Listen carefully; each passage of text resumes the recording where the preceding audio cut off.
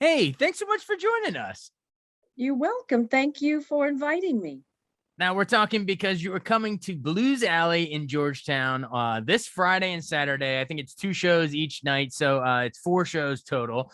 Have you Right. ever played? Have you ever played that spot before? It's such a historic spot. I think before the pandemic, I don't. That might have changed it a little, but I know at least around that time it was known as like the longest continually operating jazz supper club in the country. I think.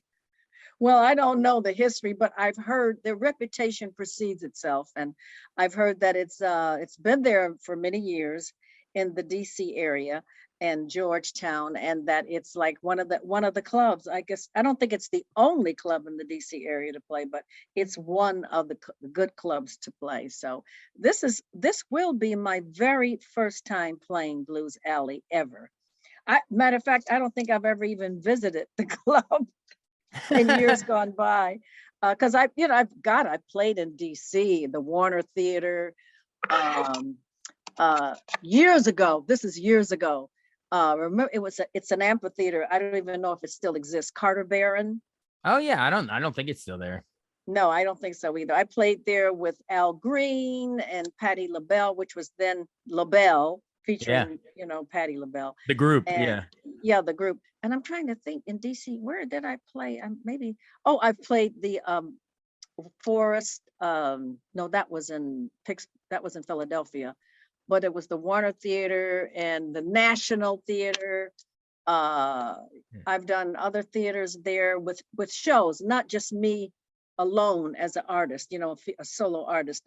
I've been in shows where I was, one of the headliner or one of the headliners in a show with other artists as well. But anyway, this will be nice because this is my thing. This is my thing, cabaret, jazz clubs, performing arts centers. This is what I do. Hmm. Awesome. Awesome. Well, we can't wait. And now you can add Blues Alley to the list. It's going to be really Yeah. good. So what can we expect like set list wise? Obviously, I'm sure you'll bring all the old greatest hits, Band of Gold, everything else, but is there any like new stuff you're working on, or is it going to be a little of both, or what do we got? I do a conglomerate of many songs. I do the American Songbook, the standards, The Best Is Yet to Come, Make Me Rainbows, I do the Alan and Marilyn Bergman songs.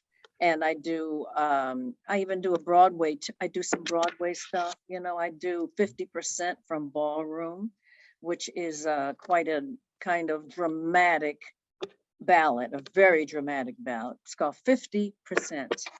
And it's interesting. And I do something from an Alberta Hunter song. It's called Rough and Ready Man. Oh my goodness. And of course, I also have been performing Ella and paying a tribute to Ella Fitzgerald. And I've been doing that for like, oh my God, the last 20 years.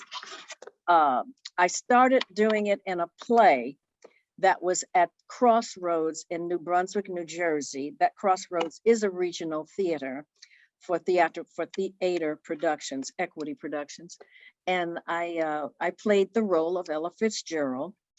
And then that was in 2004. And then I was called again to do it by my friend Maurice Hines, who was the director and choreographer.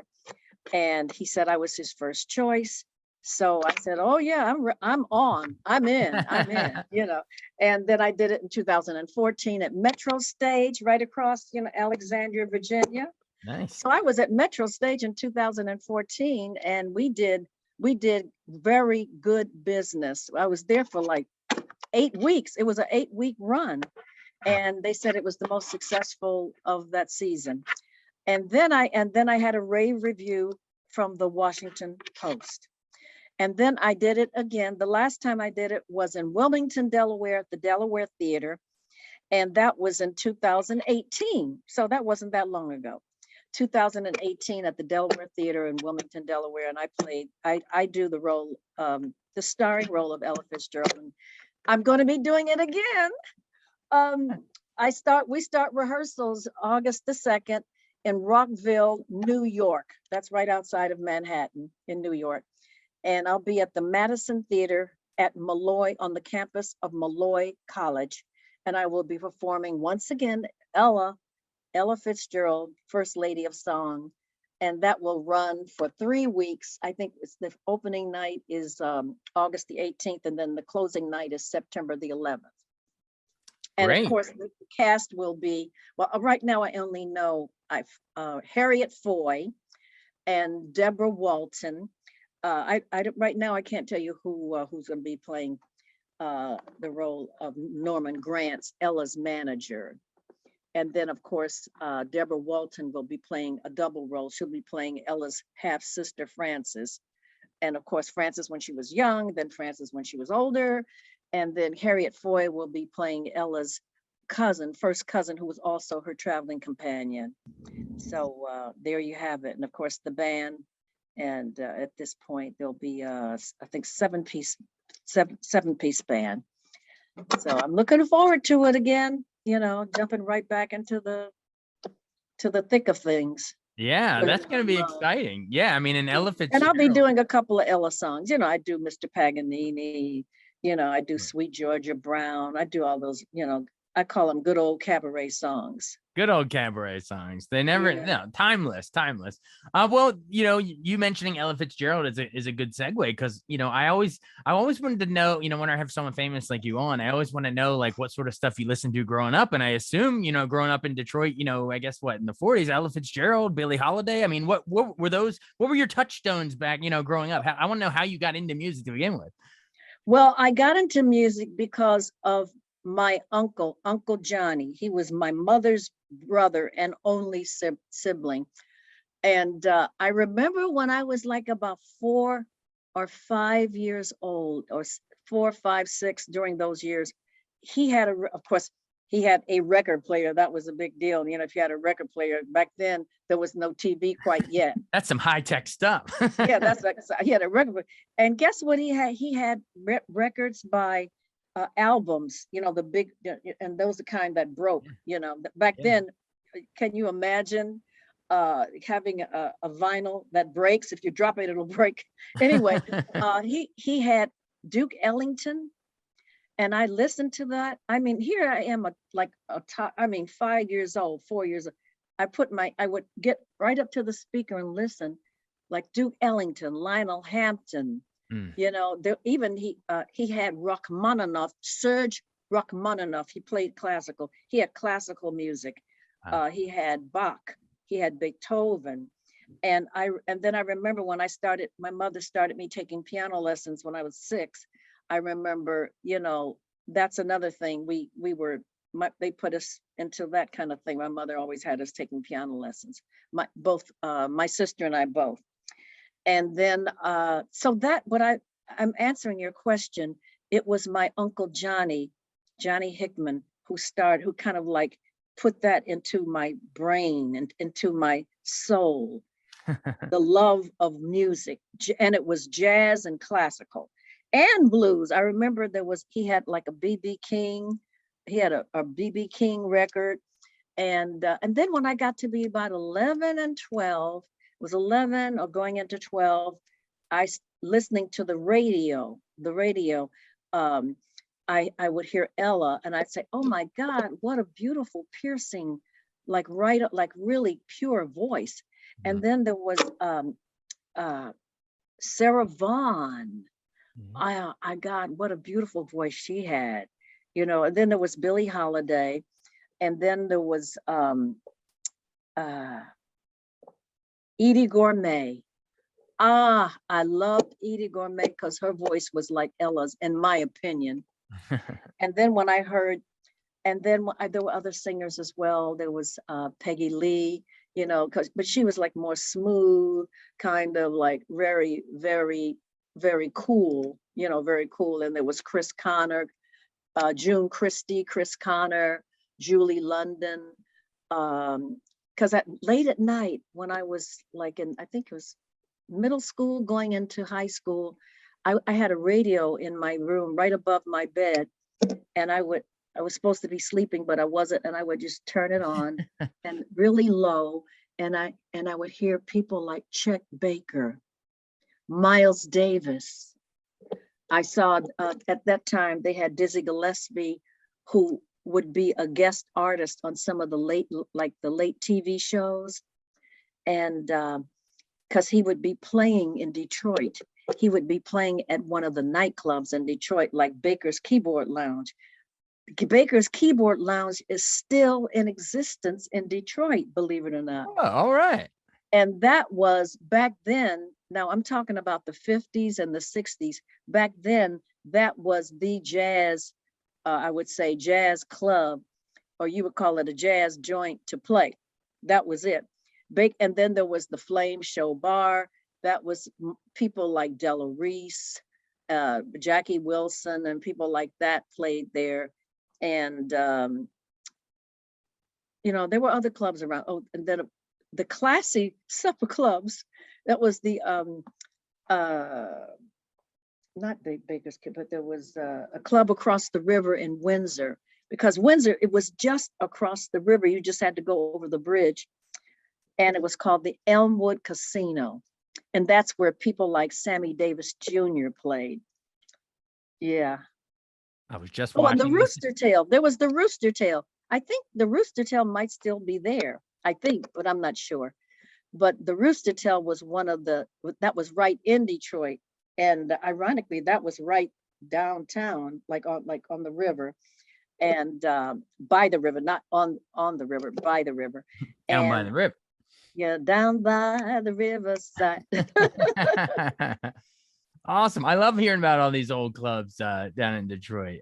Yeah, I mean, and I'm mostly looking forward to playing Blues Alley. And yeah, that goes back to 1965, same era you're talking about. That's been around since then too. Yeah, and it's strange that I never played there before. You know, it's almost like, well, how did you miss out on playing Blues Alley? You know, it's all right. You won't be able to say that much longer. Well, I want to know. You talked a lot about. Thank you about the growing up in Detroit and all your influences. But what brought you to New York? Because I know you moved out there in like the early '60s, '63, something like that, and your debut album was '64. Even covered a little. I think there might even been a Duke Ellington tune on that original album. I think maybe. So yeah, tell me about that big leap to leave your hometown, move across a few states over towards the East Coast, and try to make a go of it in this music racket. Well, what happened was I had an experience where I had been approached by Berry Gordy Jr., who, this was when I was 14, and he had heard about me because I had become somewhat of a child prodigy around Detroit because I was winning contests, and on TV and things like that. And he heard, and he was looking for talent. This was pre-Motown, before Motown was even established or even thought of at that time. This is Motown Eve. This was before Motown, and he sought me out, and of course he wrote songs for me, and then he wanted to manage me, and he and my mother just couldn't see eye to eye. They couldn't come to a resolution of what would happen, and my mother wouldn't give in to his demands, and he wouldn't give in to her her questioning.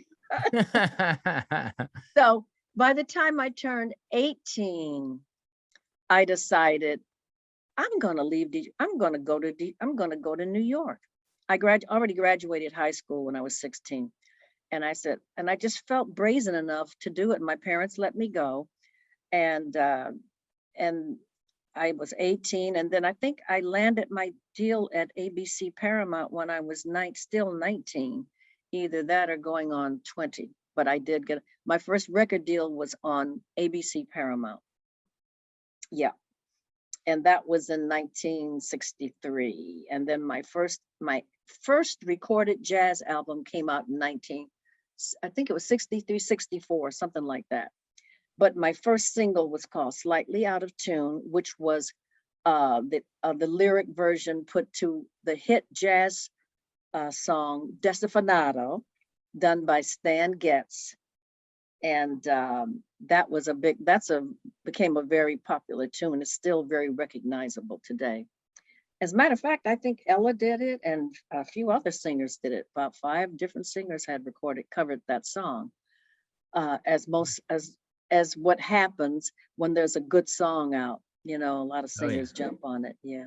Yeah, yeah. And then so yeah, you mentioned those were your labels then for the first couple albums. I know you jumped over in late 60s to Invictus Records, that, you know, with Holland Dozier, Holland legendary songwriters and you know, labels running that label. And you do your big iconic song in 1970, Band of Gold. Tell me how much that changed your life, because it's got to be it's got to be weird to have, you know, a song sort of follow you around through your whole career. Is the one everyone wants to ask you about.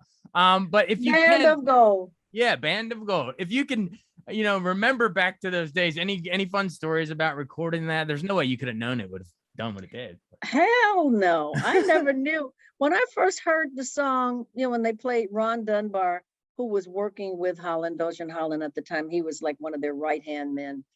And he would pick me up from my mother's house and take me to the studio, take me to rehearse the song, and he played the track. And I said, oh, that's a really good track, you know, because they were really planning for me to do a whole album at the time. And so there were other songs that I recorded during that period. And when he played Band of Gold, and I said, well, let me see the lyrics. And they had the lyrics written down. And when I got to the line, but that night on our honeymoon, we stayed in separate rooms. I said, I don't know about this song. I said, listen, these lyrics. I said, why would a young girl get married and then have her husband leave on her honeymoon, on their wedding night, their honeymoon night? Right. What's up with that? That's some edgy stuff. well, somebody messed up along the way. Either she was frigid or he was, you know, something going on with him. Couldn't perform or something. Yeah, yeah. Well, you know, different people always have their own scenario of what that meant. Different interpretations, yeah. Yeah, different interpretation. And some people say, oh, the guy was like, realized he couldn't have an erection, or he was gay, and he really, you know, felt like, oh, God, did I get into this? Or she was the one that was like nervous, or just was a virgin and never had, you know, was kind of like frigid and just couldn't get into it. Or was a little bit of both. Who knows? Either way, it got people talking. It stirred up some controversy. Yeah. Well, you know, I objected because I said, this song is for a younger, like a 16-year-old to sing. Mm-hmm. Somebody who would actually maybe experience this. I said, at this time I was 28. And I said, I'm a grown woman. I said, I wouldn't do that on my wedding night. Right. I said, I mean, what's the point of getting married if it's going to turn out like that? Right, right. And she said, and you know what Ron Dunbar said? Well, Freda, don't worry about it. Just sing it. It'll be a hit. Trust us. It'll be a hit. I said, okay. And that was it. It was like a job. It's like, okay, these are the lines. This is the play. These are the lines. I'll do my job. And that's what I did. I had no idea. At that time that song was going to be the song. Right. No, I did not. Right. And the rest I thought they all were good. Of course. I thought they all were good. Well, it became iconic for you, so it all worked out. So we're glad you did it. Tell me about the Vietnam protest song. That was one of your other big ones. Bring the Boys Home. Bring the Boys Home a year later became my second gold record, and so you can't say I'm a one-hit wonder, honey. Right, exactly. I'm a two-hit wonder. I had 2 gold records, and then I had some after that, but they didn't quite make gold, you know, but it was like Cherish What Is Dear to You. And then another one called You Brought the Joy. And then Deeper and Deeper, you know, but I mean, people who were like really staunch Freda Payne fans, they wouldn't know, they would be familiar with those songs because they probably bought the album or. Of course, yeah. Yeah, or, you know, bought the single when it came out. Yeah. Mm-hmm. Right, right. But just tell me about that song itself, Bring the Boys Home. Like, how important was it, you know, to sort of make a statement? Well, it was brought to me as a new song to record that had possibilities of being a hit because it spoke to the hearts of families, you know, of husbands, wives, sisters, brothers, the kids, guys who were over there. And it wasn't only pertaining to the Vietnam War, it was really referencing the World War II, the Korean War, World War I, because their line says, can't you see them marching through the air, all the soldiers that have died, trying to get home, in other words, the spirits of the soldiers who were killed over there and have never been able to their bodies were never retrieved to be able to be brought home. So it's sort of like bring them home. It's almost like a prayer. And I actually have been greeted by many over the decades, many former Vietnam vets who have said to me, thank you, Freda, for recording that song, because when we heard it over there, it gave us hope and it gave us comfort. And do you know that song they banned it from being played in South Vietnam by the Republican Party, and Richard Nixon was in office at the time.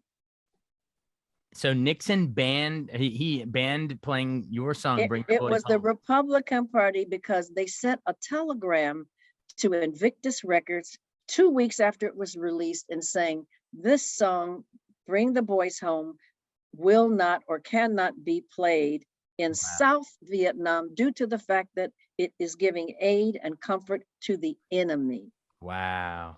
So that they were like trying to say, I'm Tokyo Rose. Right. Well, I don't know if a lot of people may not even know that reference, Tokyo Rose. But Tokyo Rose, I think, was during World War II, or was it in the war with Japan or whatever? It was World War II. It was in the Pacific Theater. Yeah. Yeah. Oh, so you know about Tokyo Rose. Trying to do my history a little bit. A little bit of history. Yeah, that is history. Yeah. Well, and, she was a spy. And she would broadcast over the radio broadcast over to the American soldiers, and kind of like, making them think that they're doing the wrong thing or something like that. I don't know that much, but I kind of remember a little bit about Tokyo Rose. Right, but that's what they were claiming, that you were the version of that for Vietnam, is what they were saying. But it was the opposite. I was giving aid and comfort to the American soldiers, not the enemy. Of course. Well, two years, I guess, after it, they brought the boys home anyway. So you were ahead of the curve, I guess. So awesome. Well, you've been generous with your time. Before you run, I want to remind our listeners, you mentioned your younger sister earlier, Freda Payne. Remind them that she joined the Supremes for a while, like from 73 to 77. I guess so was that right after Diana Ross left, right? Your sister. Sherry was a replacement. She replaced Jean Terrell, who replaced Diana Ross. Gotcha. So Sherry was the second. The first replacement was Jean Terrell. Sherry was the third replacement. She replaced Jean Terrell as a lead singer and signed to Motown, Freda Payne. And also, I'd like to talk about my book. I wrote a book, my memoirs, and that was it's called Band of Gold, a memoir by Freda Payne and Mark Bigo, who co-wrote the book along with me. Is it out right now? Where can we get it? Oh, you can get it. I'm going to be bringing some. I'm going to have some books for sale. Can I show you the?